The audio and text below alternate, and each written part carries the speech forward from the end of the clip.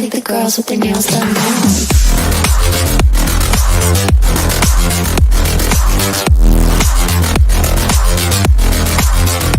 Girls with their nails done. I like the girls with their nails done. Hey guys, welcome to a wonderful, wild, wonderful Thursday night here. I have Frank Fear filling in for Joey, and I have two special guests that I met a week ago, Brian and Kristen Roberts, and we're going to talk about the ins, the outs, recruiting 101 when we come back in about 15, 20 seconds. So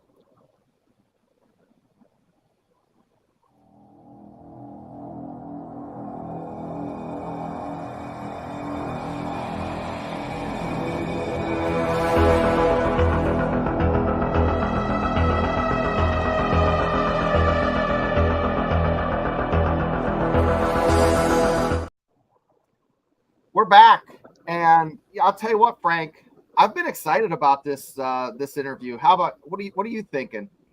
Well, it's where it's at. We really appreciate Brian, and we really appreciate you two with us, and we're looking forward to tonight.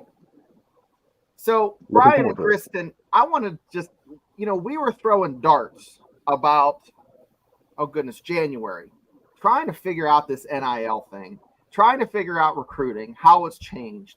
And it's like whispers in the wind. We don't have a pulse of what's going on.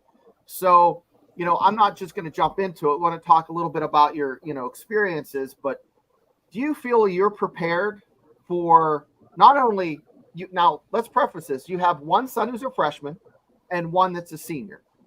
So were you prepared for, now Jake is the older boy, right? That's correct. So were you prepared for Jake 4.5 years ago, 5 years ago to go through this process?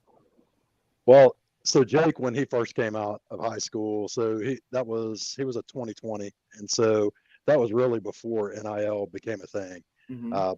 You began to hear a little bit about the potential of something coming, but his first time through, that was pre-NIL, and he went through his recruiting process, and then he played 3 years at North Texas, and then there was a coaching change. And, after that third year, Jake just decided to, I'm going to try my luck in the portal and see what happens. And so, he hit the portal. We talked a lot about it beforehand, and, we talked that morning right before he did it. And he said, I'm going to go ahead and, post this. And, when he posted, you're sitting there and you're just like, I wonder what's next. And the silence is deafening there for about 30 seconds. And then it seemed like a minute later, Jake texts and there's a school that's already contacted him. And, it just kind of took off from there with phone conversations. I think, we had talked late that night, and I think he took like 38 calls that day on the first day. That day, 38 calls. 38 calls, yeah. And Kristen, I want to ask Kristen a question here real quick, and then we'll get back to you, Brian. Yep. Are you the good cop or the bad cop? When it comes to just and parenting? No, like with the recruiting. With just this type of situation. Like going into the portal. A little bit of both.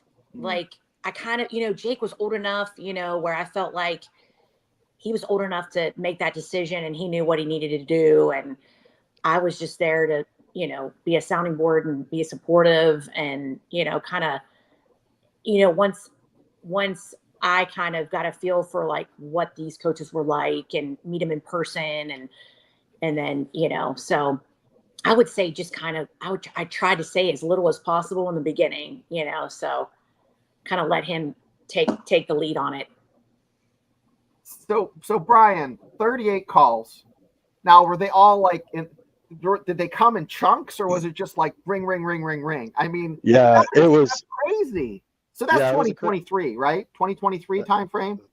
That was after, that 2023 time frame. And so, that day, talked to him that night. I mean, he had been on the phone solid, watching film, talking to coaches. But that was the first time that both of our boys kind of went through that process together, because Nate was already our youngest. He was already going through his high school recruiting, and so it was pretty cool to watch those two.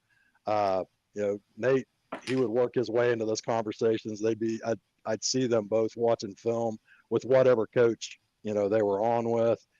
Then Kristen and I, we would be on some of those calls and get a feel for the coaches. But he played in the bowl game that year with North Texas, and so his window was cut down. So we basically had about a week after the bowl game to go on official visits and make a decision. So honing that, I think he ended up 20 plus offers, that first portal experience. And then, then it quickly just moved right into official visits, because we wanted him there for the spring semester to enroll in January and go through spring. And so those OVs were really our first experience with NIL. And it was a strange experience, because you hear about it, but we didn't really know anything about it. And your first experience is talking with head coaches and staffs about that. And it's kind of an experience. How do you approach this? And they just jumped right into it. As we honed that list down, and it was kind of new water for Kristen and I. I remember that first day he had so many calls, because he was home, because it was after the bowl game. So he was home, and I remember him on the couch taking call after call after call. And by the end of the day, he was like, I got to cut it off. Like, I've had enough that day. But so it was good. I mean, it was great. We're super thankful. It's just it going into it, you didn't know what was going to happen. And then you're like, oh, thank goodness, so it went good. So. Well, what's interesting about, I was going to say, what's interesting about what you're saying, it was new for you, but it's new for the universities too, because this whole NIL came quickly, emerging from first a court case settled out in California, and then went state by state. And so the schools there was no template that the NCAA had that the schools were following. So I would imagine you had your son and you had different experiences with different schools. And I'm not sure, did we talk about what state you're from? That might be helpful to the. No, sir, we hadn't covered it yet, but we're from Norman, Oklahoma, just south of Washington is really the community we live in. Very good. And so, really with the NIL stuff, it was working with those staffs through that process. Jake, he was, like Kristen said, mature, played 3 years. He knew what football-wise, what he was looking for, and he was pretty specific to that. He stayed really true to what he wanted in that experience. And I have to say, like for Jake, the NIL portion of it wasn't the driver there. He made his decision, to go to Baylor based on the scheme and the coaches. And then, NIL was down the list there. That was the question.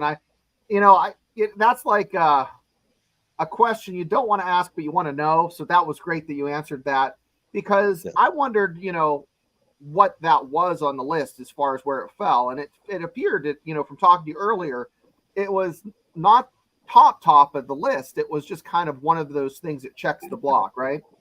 Yeah, I would think, Jake is a real relational guy, and that's important to our whole family. We want our kids with good people first. Yep. And, then probably scheme. At North Texas, they ran a lot of inside zone. He wanted to play in a wide zone scheme to get that experience. And, that's what Baylor based out of. And, the more we talked with them, the more, we became interested in it, and just the relationships built from there. And, I would say NIL was on down the list for Jake. And, I think he made his decisions based on the right things, in my opinion. Mm-hmm. So you told us that it was around a week from flash to bang, from him pulling the trigger 38, 30 something offers, what, 38 in the first day. That's crazy. And then how did he whittle down to just a handful to take visits? I mean, can you share anything like the thought process there? Or? Well, I mean, logistics were one, because we had a window of about 4 days. I don't know, 5 days maybe. It was not very much time to go to back to back to back. And so, if you went to a Tennessee, that's, and I think he really, I don't want to speak for him, and Kristen, you might have a right. I felt like he wanted to stay in the region, and and then that was another thing that weighed in there. So relationships, scheme, playing in this region, I think those were all important things. So that eliminated some of the schools, right off the bat. But he had a lot of great opportunities. Now, Kristen, I have a question for you. Do you think because Jake had that experience, it made it easier for Nate to kind of charter those waters? I definitely think so. I definitely think he kind of looked at that and thought to himself, like, this is what I'm going to want, in my experience. And I do think for both of them, it was a lot about relationships. And so I think that's why Jake chose Baylor. And I think that Nate being able to see, how that relationship was created with Jake and, his previous coaches, how he was at UNT, and then how he made the decision to go to Baylor. I think he saw that, and that, let him know, okay, this is kind of what you're looking for. And, and that's exactly what Nate wanted to. I mean, that was the most important thing, is that relationship that was built. I mean, are these coaches taking time to get to know you and your family and your girlfriend or whoever, So I definitely think Nate definitely benefited out of it for sure. Frank, do you have a question? Because I have one to follow up, but I want to see if you have anything. Well, Kristen began to answer the question that I'm going to ask, and that Jake went to Baylor. Did Nate end up at Baylor too, or somewhere else? No, well, Nate is actually a senior in high school, so he's not quite a freshman yet. So he's a senior in high school, still at Washington High School. Going to have his last semester. He'll graduate early in December, and then he'll go to Ohio State. He's committed to Ohio State. That's what I thought when Shane and I talked earlier today. Well, that's wonderful, because they're both, one has already played Power 5 football, and the other is going to play Power 5 football at a contending school. That's what has been the experience for Jake at Baylor. Not so much just the culture, but the football experience. Coming in, has it gone the way he thought it would go? I know he's not here, but from your perspective, what would you say are some of the highlights of your older son at Baylor? I think that the relationships that he had with the offensive coordinator, who was also the tight ends coach, and the assistant tight ends coach, I think he had an awesome relationship with both of them. I think he got to experience a totally different culture, whether, there's great things about every culture, then there's negatives about, every culture, so he got to experience that. And then, obviously the friends that he's made along the way, and then just the development with the scheme that they run, the different offense compared to UNT, way more complicated. I mean, he was going through at breakfast one Sunday morning after a game, and he was talking about the plays that they would run and how long, like, just to memorize each one. And he went through one, like, oh my gosh, that's just one play. So it was a lot more complicated and probably more pro style, I would think, which is a great experience, So now that he's at OU, he's back with Coach Luttrell, who was at North Texas, the head coach at North Texas. He's the offensive coordinator now at Oklahoma. So it kind of came full circle. So when, his OC at Baylor was let go, and the assistant tight ends coach was let go, he decided, I might want to go back with Coach Luttrell. So that's kind of like how that all came about. Oh, I see. Very good. So, Very so good. What, uh, an I was just interesting going to say point, what, Frank. Yep. I was just going to say what position. I'm not sure we talked about that. Tight end. They're both tight ends. Ah, very good. Okay. Sorry, Brian, go ahead, please. Yeah, no. And then with Jake on that second transfer, so, when he was at Baylor, had a great season, outcomes, overall, weren't what we would, anybody Yeah. wanted. But so they made a move, and made a change in offensive coordinator. And, they had that one transfer rule in place, so you could transfer one time. And, so Jake was, all right, this is where I'm at. We're going to go through a spring, see how it goes. Then he would graduate in the spring, and then he would have the ability to transfer if he liked. Well, the NCAA, they took down the one transfer rule, and so that opened that back up in December, where he could transfer again immediately if that was his preference. And so, with the OC change there at Baylor, he went ahead and, entered the transfer portal for a second time, and then ended up at Oklahoma again, like what Kristen said, with Seth Luttrell there at Oklahoma, which is about 15, 20 minutes up the road from where we're at. So it's nice having him around.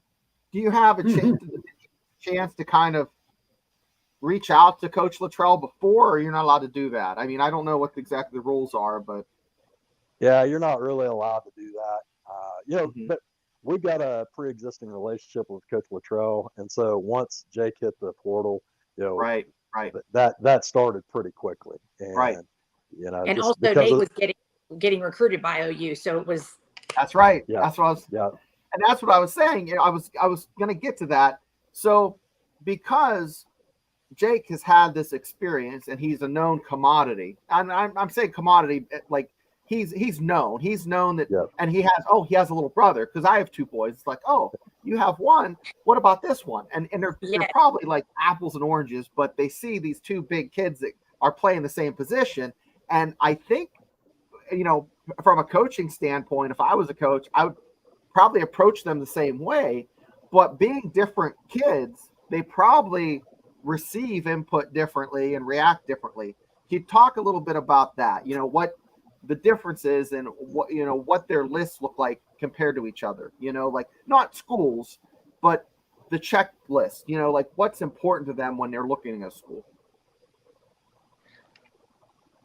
I would say, okay, I'll go first. I would say Jake is very big on relationships. I mean, he would base a decision on a relationship, and that's a huge thing for Nate also. But at the same time, he is very business-like, and he is about his business, and he is going to look for the development.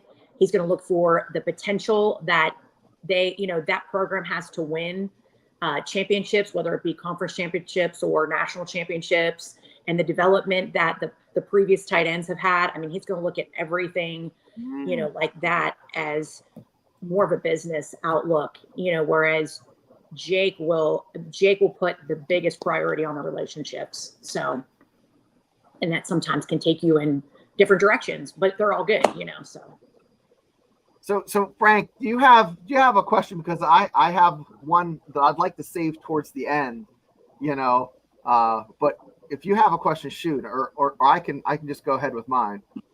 Sure. I was going to add, both of you are very articulate, very thoughtful, measured. Have you been approached by other parents or by organizations since this is really all very new and fluid, to talk about the experiences you've had? Because it's not just with one student, you're going through it now with a second son. Have you been asked to speak to other groups or individuals about your experience? We haven't yet, and that's something that Chris and I talked quite a bit about, because we've been through this, and we've also got a third kid. So Riley, our daughter, plays volleyball, and so she's at the University of Central Oklahoma, and so all three of our kids have gone through the recruiting process and have had different experiences. And so even with our experience that we've been through, with each of the kids, we learn something new almost every day. And so Wow. I'm thankful for, Kristen and I both have an athlete, we both were collegiate athletes, and, we had our own experiences, then the kids, and I'm thankful that, Kristen and I, we have that communication between us, but we always, welcome the opportunity to share the stories with others and what we've learned. We're by no means experts, but we're very glad to share what we've learned along the way. And There's for a folks that there's a don't book know, there.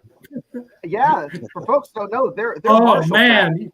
yeah. I mean, seriously, there is a book Yeah. there that you could, because you could also compare it to your own experiences, and then you went through it with 3 children. That's amazing. Yeah, both of you are a gold mine of knowledge and perspective on a very complex and constantly changing circumstances that I would imagine with some parents, they must be really perplexed. So good for you. Well, thank you. It really is like it's changing all the time. It's amazing how fast, and it's just going to continue to change. Like, as you all know, I mean, it's just constantly, And I would say that it's important to learn from others and their experiences. I mean, when Jake first, was coming up when he was a junior, and he showed, some potential there, and he showed the interest to play at the next level. That recruiting process, it had changed so much since Kristen and I had gone through it. And, we were really trying to glean information from other parents that had gone through it. And I didn't even know what Twitter was at that time. And, it's just like you learn so much so Sure. quickly. And, now we look at it, 5-6 years later, and that's just a big part of our life. And Kristen and I, we've had hundreds of conversations about recruiting and just experiences. So glad to be on here today. Great. we enjoy it. That's the thing. Like, I really enjoy it, even as a, as a You can mom. tell that. It's a lot of fun. It's just that ties in. It's like, what's this guy gonna do, or what's where's he gonna go, or how long you think he's gonna be there? So That's great. So where did you? Real quick, I just want to ask this question. So one of my questions is, if were there some schools or some relationships you're like, man, that seems like a great opportunity, and then he went in a different direction? With both of those boys, probably that happens with each of you. But did that happen? You're like, oh, he's going to go left, and he went right. I mean, I don't want to talk about schools, but I'm just saying. I mean, were there some that you're like, oh, that's awesome? Well, we talk about, okay, so with Jake, we were probably more involved in that process on a daily basis, and like just free flowing dialogue. And part of that was because of the time frames and just, working down that path. And so I felt like, we kind of had a better idea with the direction there. Now with Nate, like he, coming up, his first offer was the spring of his freshman year. So his recruiting got kicked off early, and, he's got, I think almost 40 offers, sitting now going into his senior year. And so his recruiting process was very active, and we had a lot of discussions, and, we try to weigh out the different variables. But like Nate, while he's very business focused and, doing the right thing, as far as his development and the opportunities ahead, he's also kind of a free spirit. So, and he's gonna make his own decision. So Kristen and I were probably more, along the lines of just helping to guide, the process and answering questions as he had it versus trying to direct him. And so really that made for an interesting ride, really. So, I mean, yeah, there were some twists and turns along the way, and I think there were some surprises. Kristen, I don't know your thoughts. Yeah, to answer that question, I do think there were times where I'm like, oh yeah, like he's gonna do this or he's gonna do that, and then it would kind of like, yep. So you're like, kids, I get it. You're like, oh yeah, this is what's gonna happen. I'm like, what? Right. I had this figured out. I've known you for all these years. what the hell are you thinking? You know? Yeah, I remember Kristen one time. She's like, we were talking about it in the living room, and like Nate's in his room, and he's like, she was talking about, how could you expect to know like what decision he's going to make? I mean, he's just like, he's right there in his own room, and we don't really know where he's leaning or which direction he's going. It could be 15 minutes up the road or 15, 20 hours away. So it's been an interesting ride. So go ahead, Frank. You had a question. I interrupted you. Well, I was interested in you both played collegiate athletics. Where did you go to college, and what did you play, the two of you? We went to Marshall University in Huntington, West Virginia. Go Herd. I played volleyball, and Brian played football. How about that? Very good. Yes. Thank you. And I'm from Wheeling, West Virginia. That's oh, wow. They saw a guy with a WVU hat in the airport, and they're like, they didn't run away, Right. Right. Like Brian said, we grew up in the Blue Lot, tailgating growing up. So it was great. Yeah. Yeah. Yeah. The great Northern Panhandle. Yeah, it's great. Yes. I'll tell you what, Ogilvie Lights. I live over towards Slippery Rock, so I'm not far from there. Okay. Yep. Yeah, but I want to ask you something else. Having two boys in there and brothers, and I guess the sister might be talking a little smack too, but do they give each other heat? Like your conference sucks, or come on, give us a little bit of insight. Do they talk shit? Oh, yes. I think it's getting worse as they get older too. I love it. When they were little, so Nate, he's just been the little brother, and so he just fell in with Jake and his friends so he grew up competing with those guys no matter what they were doing. And I was like, well, maybe we should put a basketball goal out in the driveway, and so we did. And I mean, it wasn't even like a month later, and I was thinking about maybe I should take that down, because there'd been about 15 like different really instances. Like Nate would come in, he'd be bleeding, it's just like those guys, Nate just grew up competing. And I think Jake's always been a great big brother to him, and just it's been interesting to watch their relationship evolve, not just as brothers, but also sharing experiences in the recruiting process. And I think we see, although they're competitive, like they're very protective of each other, and they do share those experiences. And like Jake, although he's at Oklahoma, and Oklahoma was really that was one of those schools right there at the end for Nate, and we have some great relationships there, and that's a school we really appreciate. And Jake loves Oklahoma. I'm sure Jake would have loved to have had him there, but he wanted the best thing for Nate, what Nate thought was the best fit for him. And like Jake didn't try to guide him down a path. He was there to answer questions and tell him about the programs and, what he thought was great. But it was just interesting to watch those two interact throughout. So this time you answered a question I don't even have to put on my list now, but so look from the outside looking in, I'm thinking there's some programs that are apples to apples that are just very comparable. Is that true at the top, at the tippy top? And is there a huge drop off between tier 1 and tier 2 schools? And tier 2 schools, I'm talking, not a particular school in general, but you know what I'm saying. There's a certain drop off you see from programs that just don't have the money. Yeah. So what do you think? Do you think there's a huge drop off, and were there apples to apples, or are they all different flavors and there's no comparison?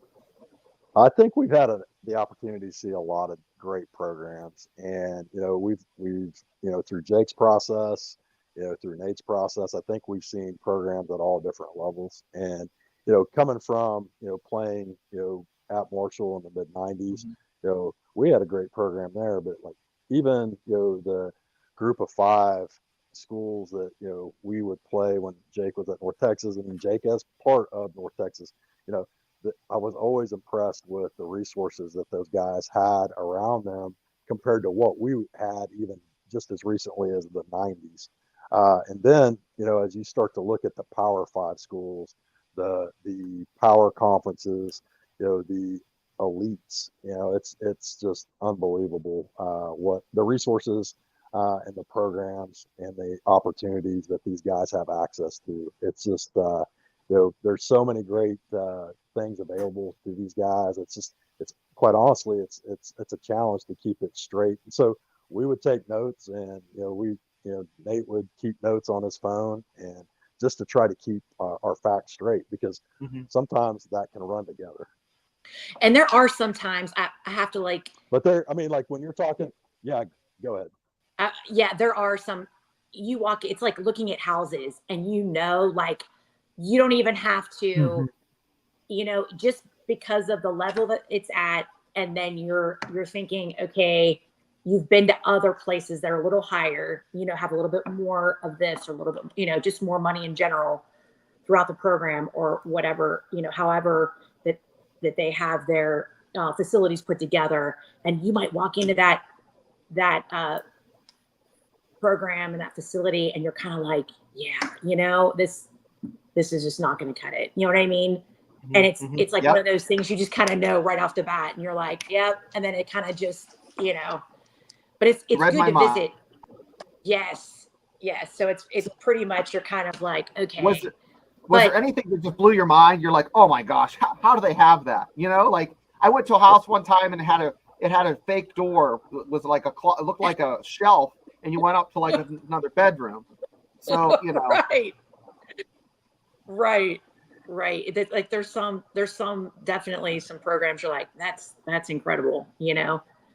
I think the ones that impressed us the most were the ones that emulate the NFL teams, that do the things that the NFL teams do, like scanning the feet and, molding their cleats, and just things that like this, and 30% of the NFL teams only use it. It's not even like all the NFL teams have it. It's like they want to emulate, what they do. And okay, we had these types of injuries, so we're going to stop this. We're going to, get the cleats that are molded to their feet, and we're going to scan them the day they come in. They are going to go to that foot scanner, and they're going to sit on those foot scanners, and they're going to have their cleats made for them as soon as they start. And it's just things like that, And I would say too, like Kristen was saying, everybody's got great facilities, and it's it's pretty consistent there. The differentiators are the strength and conditioning, the nutrition,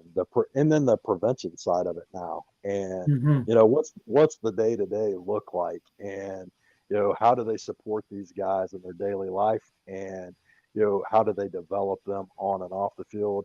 And so to us, those were the things that really began, that plus relationships really began to differentiate the programs.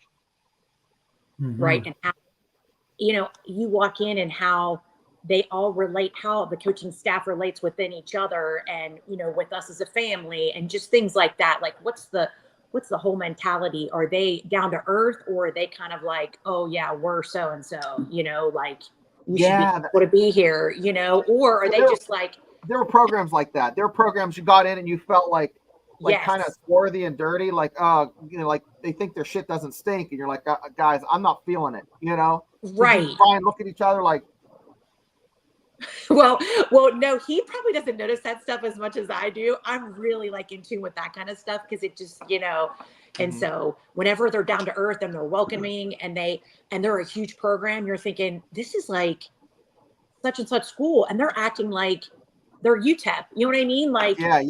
It's not, and it's so great, because you're like thinking, they're just down to earth kind of guys, and they're humble, and they're, they're just happy to, to be there, and happy that you're there, and welcoming, and it's great, but then some are just kind of like, not as much. And I would also add too, and how they communicate. And it was interesting to watch the different schools and how they approach that.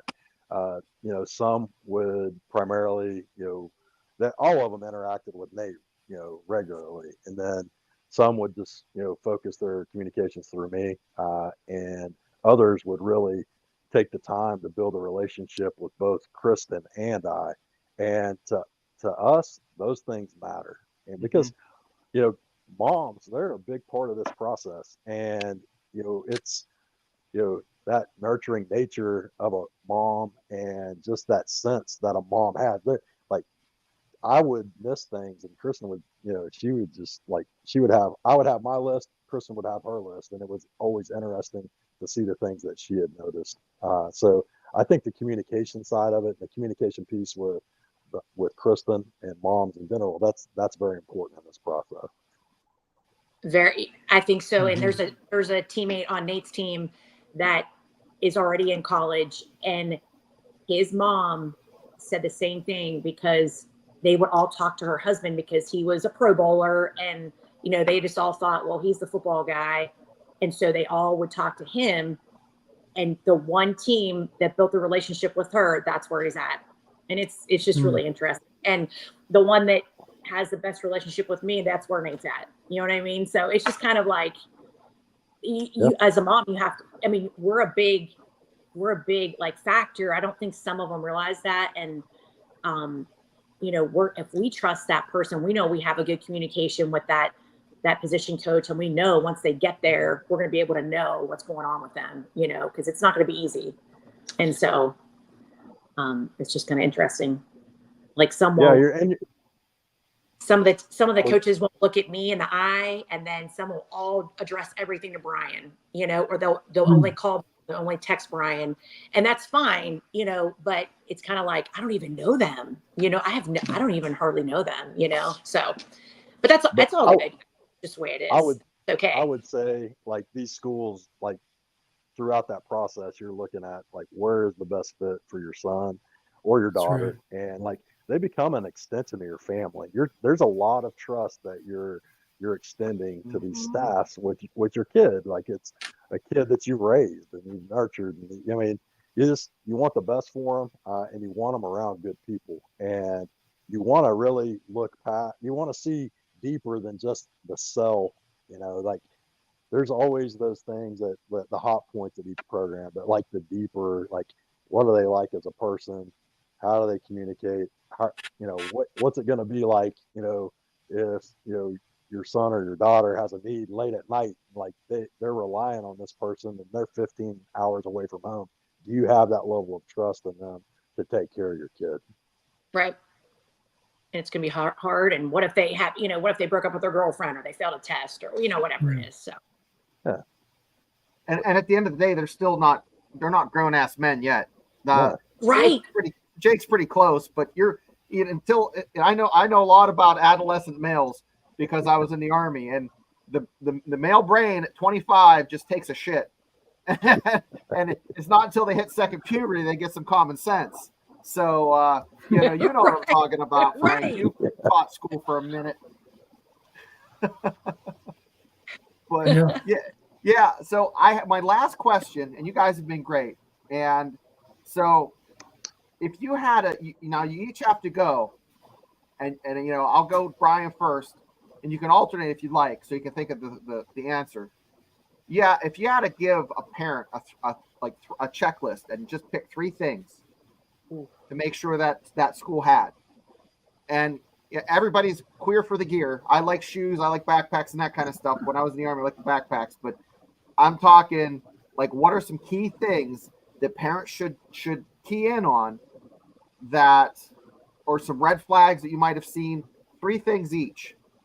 You know, putting you on the spot. I know this is tough. Yeah.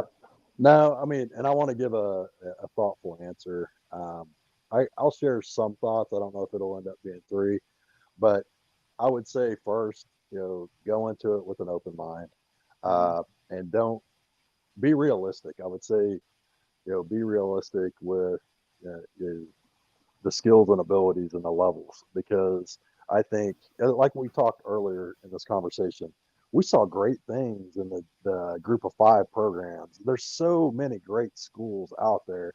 I would Mhm. I would encourage a parent not to just get locked in that it's D1 or bust, because there are a lot of great, like, big, Power Five schools, but there's a lot of great programs in the group of five, and then also at the FCS level, Division II. It's just like, to me, I would share with a parent. I think it's most important to find your kid's fit. Let them find their fit with whatever program that is, and don't get too locked in on what level that is. I would say there's a lot of variables that go into finding your fit, but one is being realistic and don't limit yourself. I would say, also, look at the relationship, ask the hard questions. Don't be afraid to ask those hard questions, because you know what? There's no question that's out of bounds. Honestly, it's you got to look Hmm. for the best interest of your kids, and trust your gut. Like if you have that feeling, don't sit on that. I mean, talk with your wife. Talk with the kid. But it needs to be shared, because this is a hard process, and there's a lot of different factors out there to weigh, and it's you gotta, at the end of the day, you gotta make a decision, and really, you have to make a decision based on what you know at that time. One thing that we've learned is college football is very fluid, and things are continuously changing. And it's you can what if these things to death. Like you can what if, and you can try to force rank, and really, when it's come down to it, it's that gut feel, it's that relationship. I would also just say, just take a look at, have the kid define what's important to them, and try to find that program that best fits that mold. That's a good point. Have your son or daughter define what's important to them. That's really good. Kristen, what were you thinking? Right. And I want to add to that, is because, when we talk about everything, I know we talk about how we view it, but I want everyone to know that this really was, Nate's decision, Jake's decision. Like, this is like, I just basically want to sit back, listen, give my opinion if they want it, if they don't. But we kind of knew Nate's personality was a little different than Jake's. Jake's going to talk a little bit more, whereas Nate is going to be more reserved. So what we did was we got like a huge Post-it note, and every so often we would go down the checklist and we would put the things that were important, relationship with the coaches, the facilities, the, distance or game day experience, drip, anything that they would, things that are I'll important. tell you what, those shoes that scan your feet. All those Post-it notes go out the window. It's all dripping drip. It's like I know Mhm. that Ohio State has those little lounging chairs with the swag and underneath, and you put your helmet up. Yeah, it's pretty. It really is. And the one thing, we realized that with Nate, he liked that process. Like, it wasn't like us drilling him about something and asking him a Yeah. ton of questions. It was just him being able to, like, put it up on the wall and write the things that were important to him, and then kind of rate it from 1 to 5. And that was what we did, like, over and over again. It wasn't just one time, it was like continuously. And so, that was a big factor. And also, for parents, when I would watch certain teams and how they were on with the media, how in interviews, how professional were they? That's How a I was like, that's a good take, Kristen. I didn't think of that. I think Mhm. about, I look at Ohio State players and they're so professional. They're very, They're, very well spoken. They yeah, think before they speak, and they're very, they're not, just like out there, like, saying stupid things. They really think, they're very thoughtful. And I think that comes from the culture that they are a part of, and just from what we've seen. And so that part of it, I really like that part, because I want him to become that type of man when he's a professional in the professional world. I want him to be like that with other people as well. When he's addressing anyone on the street, a homeless person or whoever, like I want him to have that same empathy and that same compassion for everyone he talks to, so I think that's a big deal. And what kind of, do they really focus on their mental health, like counseling? It's tough, for anyone, like, do they have that going on for them? Do they talk about that? Or, just anything, like OU has Soul Mission, and it's an unbelievable, Jake's going through that. internships, things like that, outside of just football, so although, that's why they're there is football, but there's so many other things that these programs do for these guys, and boys, so, Mhm. and we're super thankful for the opportunity because, I just think there's going to be so many things that they learn so hard, but so rewarding, so, Mhm. but I Yeah, would say to parents, just charitable try to, works. and, it's like every kid different. You have to know what makes that kid tick, and they have to know what makes them tick. And once that kid realizes, your child realizes what motivates them and, is going to help them be successful, then that's really a big part of the process, so. Mhm. Another thing I would share with other parents is just be forgiving as well. I mean, you're going to make mistakes, and that happens. This is not an easy process. We're very thankful for each and every opportunity, and we realize like our children, like they've had unbelievable opportunities and very blessed, and we appreciate it. But as you're going down through this process, like you have to be forgiving with yourself and each other. It's just it can be stressful at times. It's a lot of fun, but mistakes will be made, and that's okay. It's like, but don't if you make a decision and you reflect on it and you feel like, man, that's maybe not the right fit, or I've got this question. Don't sit on that. It's an important decision. You need to talk about it, and don't be afraid to change directions. And also big thing, take your time, because there's going to be some coaches that will reveal themselves to be something they're not. And also, if you hear that person is interviewing for other schools and that's true, that's a red flag. I mean, by the time your child gets there, they won't even be there, so. So I think that when you picked up on that, that's a good point. Did you pick up on that during the process, and you started to watch for that? Did something happen that you're like, you kind of had a feeling about it, and then it just kind of became more prevalent, like the further you went along, and then you're like, okay, maybe I wasn't crazy. That was, but you kind of let it play out, so. And it was interesting too. Some coaches would be, some you would hear like on Twitter, or you'd hear through different means, like they've been interviewing, or you might hear from other coaches that other other coaches are interviewing.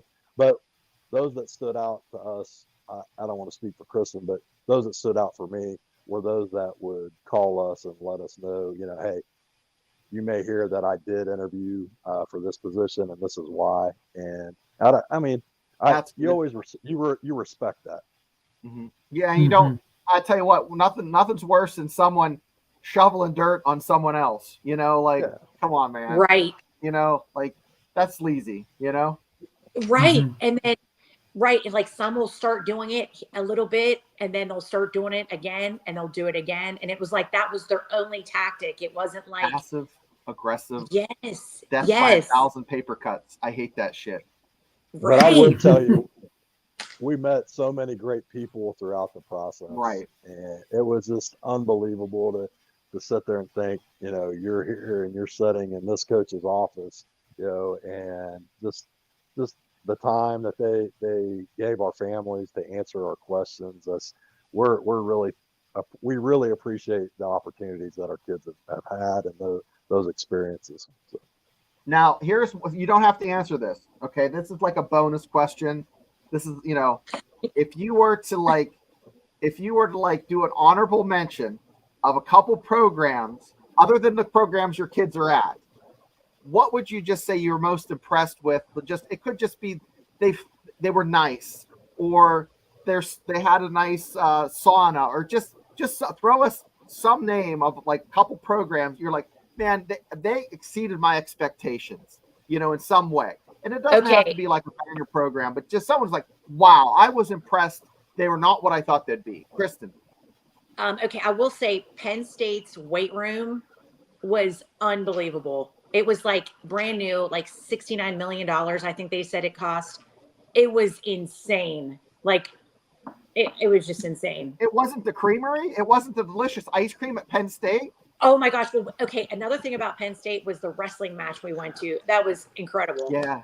Yeah. One of the best things of the whole recruiting process, and the creamery, the ice cream I was going to go to Penn State, but I went down to Morgantown. It was my second pick. And there were guys on a yard drinking and leg wrestling. And I'm like, this is my home. Bingo. They're leg wrestling. They're nice, you know? No burning couches? That was there too, but the people were nice. And that's why I came to Morgantown. But West anyway, Virginia people were amazing. Yeah, super nice. Yeah. Yes. So Penn State, Kristen, is there another one that comes to mind? So the weight room. Penn State, yes, weight room. Oregon, like there were some things about Oregon that were pretty impressive. Like the track at Oregon was incredible. I was just out there last week. I was in Corvallis and Eugene. So yeah. Oh my goodness. I know. It's just I will say that indoor facility that Oregon's about to build is going to be something that's going to reset the standard. Oh yeah. Although the standard wouldn't need to be reset because it was 106 on Tuesday, and then the Monday was 103. So it was but it was dry. It wasn't like as muggy as it was Saturday here in Pennsylvania. But yeah. Right. I'll tell you one of the coolest experiences throughout the process for me was Nate and I were at the Tennessee-Alabama game when Tennessee won there in Knoxville, and just the environment was electric, and just like we were sitting shoulder to shoulder, and you had to lean over to talk to each other, and just how just the environment, that SEC environment, just the Tennessee fans, but they stuck out to me throughout the process. And you're never going to unhear Rocky Top. When you hear it, you get goosebumps. You know what I mean? It's just it's like if you ever get in a fit. I told someone who's going to West Virginia to do something they'd never been.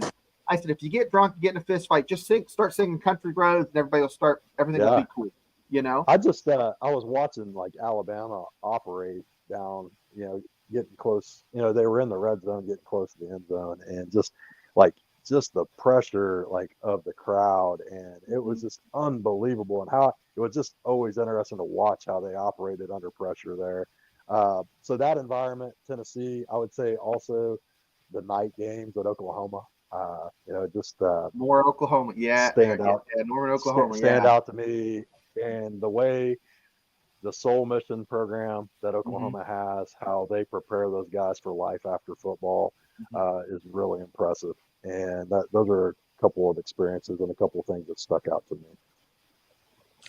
Yeah, I always say there's a list of teams I would cheat on, West Virginia wise, and I was just like LSU was really interesting. I guess it threw my stomach because I just ate my face off when I was down there watching a game, and then Oregon and Oregon State are kind of interesting out there. But I love college football. And I worked at West Point, and we went and, worked every game for 2 years. So you got to travel a little bit and see that. And the Army-Navy game, of course, is a lot of pageantry. Old Army football is it's just the chaos. It's just the crackling and popping of the historic, the guys from the 40s. But is there any other school that comes to mind? Because I'll tell you what, Kristen, when Nate's playing in Happy Valley, you guys are going to have to get some of that Penn State Creamery ice cream. So, oh my goodness, yes, for sure. The Notre Dame tradition, I would say, you can't help but be moved when you walk into that place. It's just, it touches you, and that stood out to me as well. That's a great program, great staff, for sure. Love but their fans are obnoxious. Definitely. Yeah, you gotta let me get some hand sanitizer. I'm Catholic. I could talk shit, but I'm just saying, I'm Catholic too. I know, and it's like, oh my goodness, they're that's a tough crowd though. You would think they were terrible, I mean, the way they're just so rough on their team. I'm like, oh, they're mean drunks. I want happy drunks like LSU fans, Auburn fans. Alabama fans Ole Miss fans are happy drunks, but they get dressed up, and I just don't. I'm not down with the getting slacks and collar shirts. It's too freaking hot down there for that shit.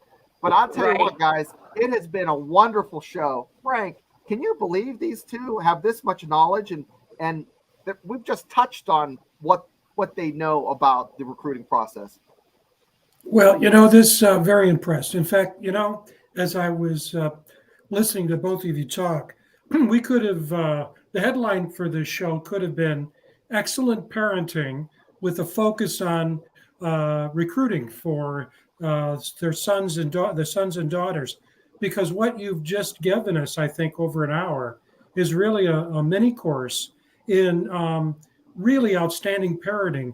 When you use the word guidance, some people, what does that mean? Well, that's what you did. You provided a frame of reference, a guidance, a safety net, but the decision wasn't yours.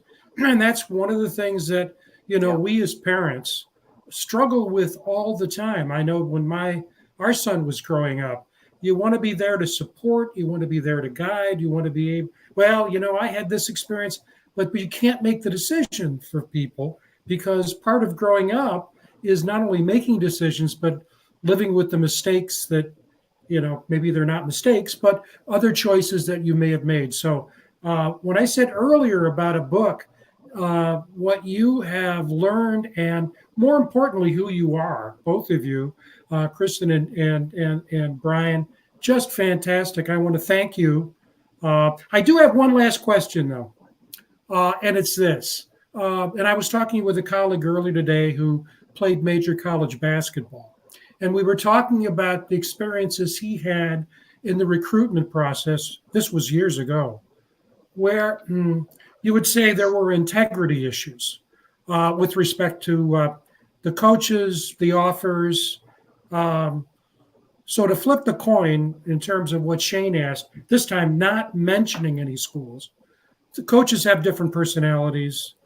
But did any of your children experience what you would call, my God, we can't go here? There are integrity issues, either with the coach or the program, because it's highly competitive, obviously. I would Come say, on, guys, it's creeper vibe. We got to get it. Let me hear it. we met a lot of great people through the process, but there are, everybody's different. Everybody has different personalities. And I think you're always just analyzing, observing, watching. And, it's just, you get a feel at times, and that may add up. We would never eliminate an opportunity just based on one experience. But if you feel that over and over again, then that's probably a place you don't want to look any further at. Right. And because you do have to begin to hone those lists down, and and focus in on those schools where you feel like there's a natural fit. But you do have those experiences, but I would say, like, by far and away, like it was much more on the positive side at each school. That was very clear. Like, and we all knew that wasn't somewhere that they knew that wasn't somewhere they wanted to be. Both boys. It didn't take long. It doesn't take long, right? It No. just You're like, oh my gosh, we just got here and I know these people. Yeah, I get it. Right. Well, I'll tell. Yeah, go ahead, Chris. I mean, one program, Nate knew he didn't want to be a part of that program because of things like that, go on in the program. And I gave him credit. I didn't go there. Brian and he went there, and it was just kind of like, okay, like, good for you, Nate. Like, I didn't know he would be like that. He was. So it was really like a cool thing to know that he was like fine with that, Absolutely. And I would also say, Nate was originally committed to Notre Dame, and that was early in his process. And I'll tell you, when he because he felt it was important, we supported it, that he needed to call those that had offered him, that he had been in close contact with them, and communicate that to him. And those are grown up conversations with grown men.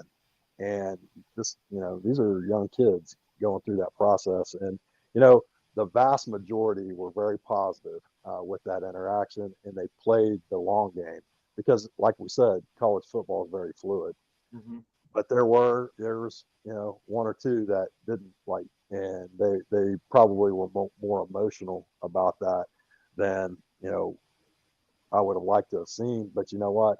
That told us a lot about, you know, those individuals, and you know, that just reinforced. It was interesting that mom sense. You know, Kristen. You know, those that reacted that way, Kristen had identified in the process. It's like, hey, I don't know about them, and it was just an interesting observation to see that prove out. But you know, people will tell you a lot about themselves when they face adversity or something doesn't go their way, when it gets tough. And you know, that was an interesting process for us that told us a lot. Mm-hmm. Mm. Thank you. That's Thank great. you guys for having us on. We really appreciate it. It was a lot of fun. Yeah, we're gonna wrap up the show, but don't jump off. I'll talk to you after show a little bit. And guys, I'll tell you what. If you like the show, like and subscribe it. If you don't like it, like and subscribe it. Share it. We're here every Thursday around this time, 8 o'clock. Frank, Wednesdays. Tell us about your show. Well, we have a program that is called Mountaineer Locker Room Then and Now. And the reason it has the subtitle is that we talk about today, but we also talk about those Mountaineer players and programs and coaches of yesteryear. Last night, and Shane listened in, we had a player who played in the Sugar Bowl in 1954. He's over 90 years old. And we had a hell of a time with him. Gene Lathy is his name. He's down in Dunbar near Charleston. And I think he had fun. We had fun.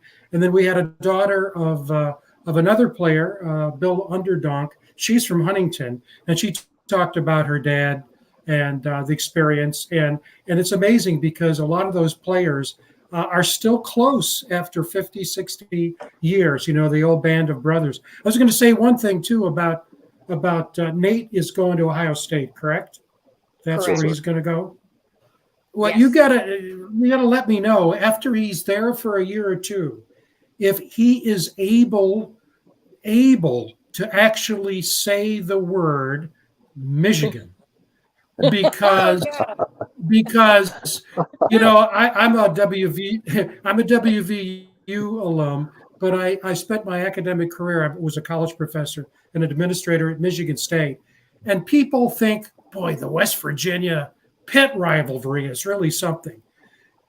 Ohio State, Michigan is almost armed conflict. If I picked up the paper or heard on the radio, there were troops at the border with each state invading the other. And Ohio State, they always say the school up north. Yes. They don't say Michigan. It's hate, absolute It is. hate. Oh, and now that Michigan won the national championship. Oh, But Ohio State will come back, no question. But wow, now that's going to be a great experience because there's so much history in that rivalry. Yes, oh my God, so there much. is. Yeah, It's very interesting. We watched a show on it the other night. It was awesome about the history of it. It's I was amazing. watching Oh, the yeah. eye get dotted at the halftime show. Yeah. Like Yeah. that guy is like, it's like Neo in the Matrix, you know. Yeah. You know what you can do? You can tell Nate this, because what you don't want to do is to get into anything that'll send you to jail for punching someone. But if he gets nasty stuff from a Michigan fan, here's a question he can ask. Oh yeah, those days back there with Woody Hayes and Bo Schembechler. How many national championships did Bo Schembechler win? And the Michigan fan will, and before they answer, Nate will say 0. They didn't win one under the great Bo Schembechler. And boy, they get really pissed off, because Woody won a ton, and Bo never won one at all. So, yeah, it'll be a great experience for him. Yeah, We'll let him know. Good for luck. Sure. Yeah. Thanks thank for you, coming man. on, and stay on. I'll talk to you right after the show. But guys, we're gonna wrap it up here. You can see me tomorrow night on the Friday show. We're going to be on at 8 o'clock Eastern Standard Time, and we're going to talk West Virginia sports. 2 weeks ago, before I had to go out for work, we talked about West Virginia stock on the rise. We're going to talk maybe about the Big 12 being the stock that's on the rise. So tune in tomorrow, and thanks for being here, and we'll see you soon.